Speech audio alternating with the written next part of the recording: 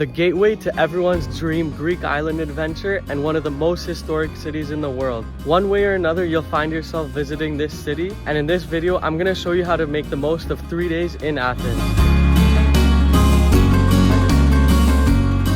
Alright, so most of you visiting here are probably starting from the main airport, and there's two ways of getting to downtown Athens, depending on where you're staying. We're staying right in the heart of the city, and so the station we're going to is Syntagma. And the two ways of getting there are either taking the X95 bus, which goes all the way from the city, and the last stop is Syntagma, or you can take the blue line from the metro, and it takes you to the exact same spot. When we were coming here, we had to end up doing both ways because the bus took us only halfway. Then it told us that there's protests going on at the square. So we had to get off and go on the metro. And then from this one metro station, we got to Syntagma. But now we've checked into our place. It's in the Plaka neighborhood. Really great neighborhood to stay at when you're here. And it's just like a nice little home. You got a little bed, and then the other room's just a bathroom. Katya's in there right now doing her makeup. Also got a nice little balcony with an amazing view right here. Alright, so first things first, we had to go get some gyros and some souvlaki. So we went to one of the best restaurants in the world actually, called Old Thanasis. This was about €3 for each one, so let's give it a shot. That's good stuff right there. You already know we're gonna be rating all the food here and picking which one's the best. But for this gyro right here, I prefer the gyro and Katya prefers the kebab. This is gonna be an A tier. It's not that elite S tier, but it's still so good. So I'm gonna put it in the A tier for this one. I think I'm gonna go the same as Michael, and I'm gonna give it an A tier. It's just amazing, can't go wrong. And for €3, it's amazing. Alright, so now we're right back at it, and we're trying some Lycabettus. Let's give it a shot. We got the bueno flavor. Let's see what they taste like. Alright, so I think the flavor made it better than what it was. I really like the flavor, but not a big fan of fried dough balls. I think that's a solid B tier though, because the flavor was really good. I agree. I really love the Kinder Bueno flavor. It was so good. But yeah, I'm not the biggest fan of fried dough, so B tier too. The cool thing actually about Athens is that they build no buildings taller than the Acropolis, so that the Acropolis is like the main focus of the city. The main square is called Monastiraki Square. Not much to do here, just nice views of the Acropolis and a bunch of gift shops.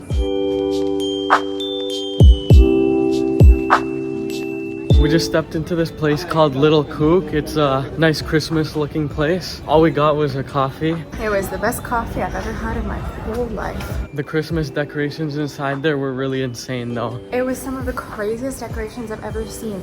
Every inch of this place was covered, top to bottom, all in Christmas decorations. So a lot of people either love or hate Athens. What I found so far is a lot of the city actually reminds me of Paris. The buildings look kind of similar, except it has a lot more ancient ruins in between. We're going to be doing a lot more ruins tomorrow, and also just a bunch of cats. My favorite part of the city is the cats. Yeah, we've seen two sides though of Athens. We just went a bit more north of the touristy area around the Kotsia Square area. It's a bit more different than the touristy area. It's a lot more local. It's just more hustle and bustle out here. So far, I think Athens is a pretty cool city.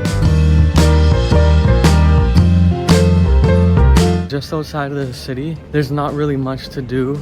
It's not as nice as the other areas. And we walked back onto Ermu Street now, and it's just so packed. There's so many stores that you can see. Every single little coffee shop or restaurant here is so nicely decorated. It's just such a nice atmosphere to be in. Honestly, sitting in those restaurants, it's so nice. It's such a nice experience. I've honestly loved Athens so far. Alright, so now we're going out. We're gonna go get some nice Greek dinner, and we're gonna choose a nice place somewhere here in Plaka. Let's try this moussaka. It's a traditional Greek dish. I think it's the national dish of Greece. Really hot still. I'm actually pretty pleasantly surprised by this. This tastes really good. One of the best salads I've ever had. So we just went into this place called Lithos Tavern, and that's what we had for dinner. We had a salmon, moussaka, and a Greek salad. Honestly, all three things are going in the S tier. Unanimous decision. And the place was amazing. They also gave us a complimentary shot after. It's something called mustika. It actually ended up being less than we thought it would be. For all of that, it was 38 euros. Honestly, I really loved every aspect of it. The customer service, quality of food, everything exceeded my expectations.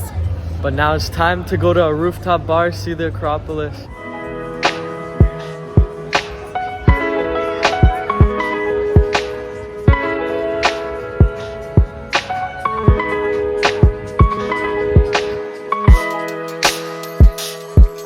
We just went to such an amazing rooftop bar. It was called Attic. The experience was fantastic. We even had a table where we could see the Acropolis. We were the first ones in the line. And we got a mastika again. It was so good. Such a good drink there. Yeah, I think rooftop experiences are a must-do when you're here. It's the best way to see the Acropolis. But tomorrow, we're actually going to be doing all the historic sites.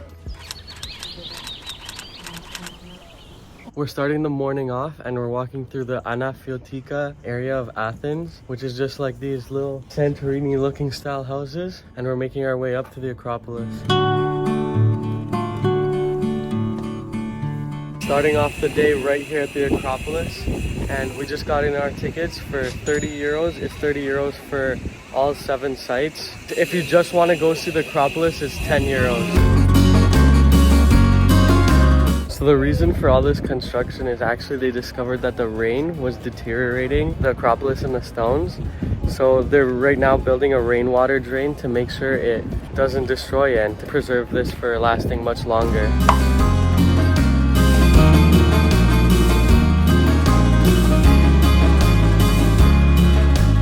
So across from the Acropolis, there's this little park, Philopapolos Park, and we were just walking around it, walking up it. We stumbled upon this crazy view, which has an amazing view of the Acropolis and all the ancient sites up there. Great spot, ended up getting some crazy photos. We had this whole area to ourselves. There's absolutely nobody here. So a lot of the sites here, like the Acropolis, and then also up there is the Temple of Athena Nike. They're all dedicated to Athena because the myth about the whole city of Athens is that it was a competition between Poseidon and Athena as to who the city would be named after. So Poseidon created a saltwater spring and gifted it to the people of the city, and Athena created an olive tree and gifted it to the people of the city, and the king ended up choosing that the olive tree was better and the city was named after Athena.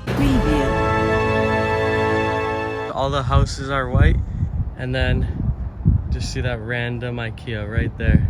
So we just went to this one spot for breakfast right beside the Acropolis. It's called Micropolitico. We got just some more gyros, pork and chicken this time. And we also got a lamb and beef kebab. Kebab, definitely S tier. It was insane. Yeah, honestly, some of the best kebab I've ever had in my life. The seasoning on it was perfect. And the gyros, speechless. It was amazing. Yeah, probably S tier as well.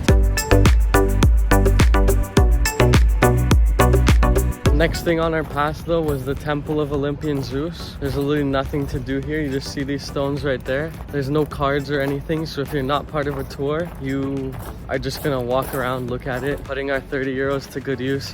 So update, there actually was a sign that talked about the place. It basically said this was a temple built for Zeus, and it's one of the largest temples in the ancient world.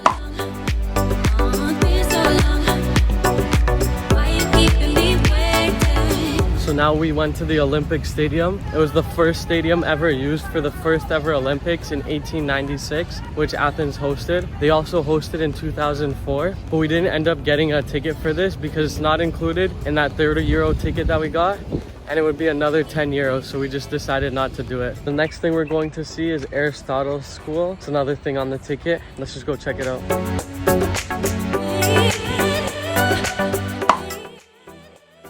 Mandarin from a tree.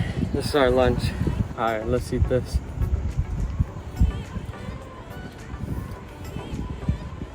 So sour. Have some. No.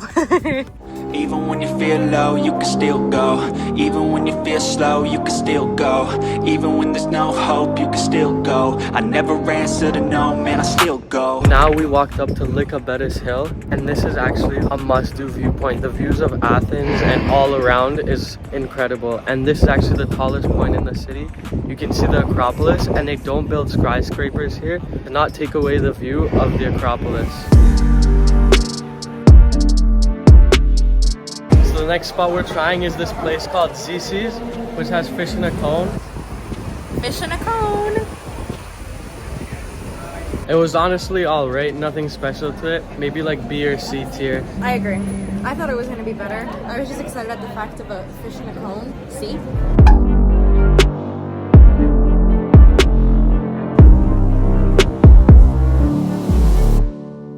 The next spot we're heading to is the ancient Agora, and this place is actually the birthplace of democracy. It's included in that ticket. Let's hope the 30 euros is actually worth it after seeing this one.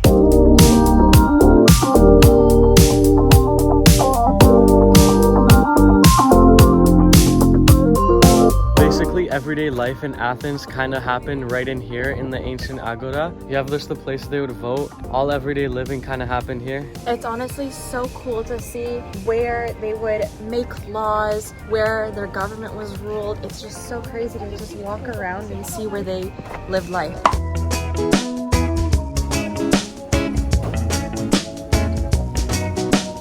The place we went to eat at was called Enastron, and we ended up getting this feta appetizer that was covered in a pastry, honey, and sesame. We also got a Greek salad again, and we got some lamb souvlaki. The place was pretty cool. It looked like it was mainly just locals. It was a great spot. They also gave us a free dessert, which tasted amazing, and it definitely deserves a spot in the S tier. So the next one we're checking out, starting off the morning with Hadrian's library. So this site is actually pretty cool. It's like a massive library. You can see that it was a massive building.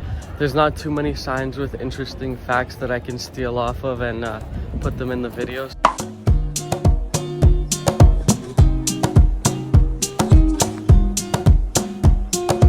Next site we went to is the Roman Agora. It was built sometime between the 19th and 11th century BC. So it's really, really old, but at this point it's all kind of starting to become just a bunch of old stones. And everything feels the same.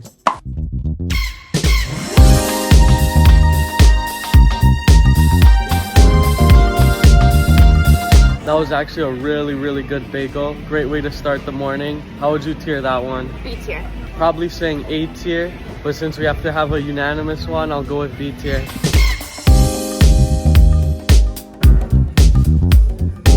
So we just had some of the best chocolate cake at Nancy's Sweet House. Honestly, it was to die for. Yeah, it was really, really good. Just stopped in for a tea and a coffee. It's a pretty cold day in Athens today, but cake probably S tier. Definitely S tier.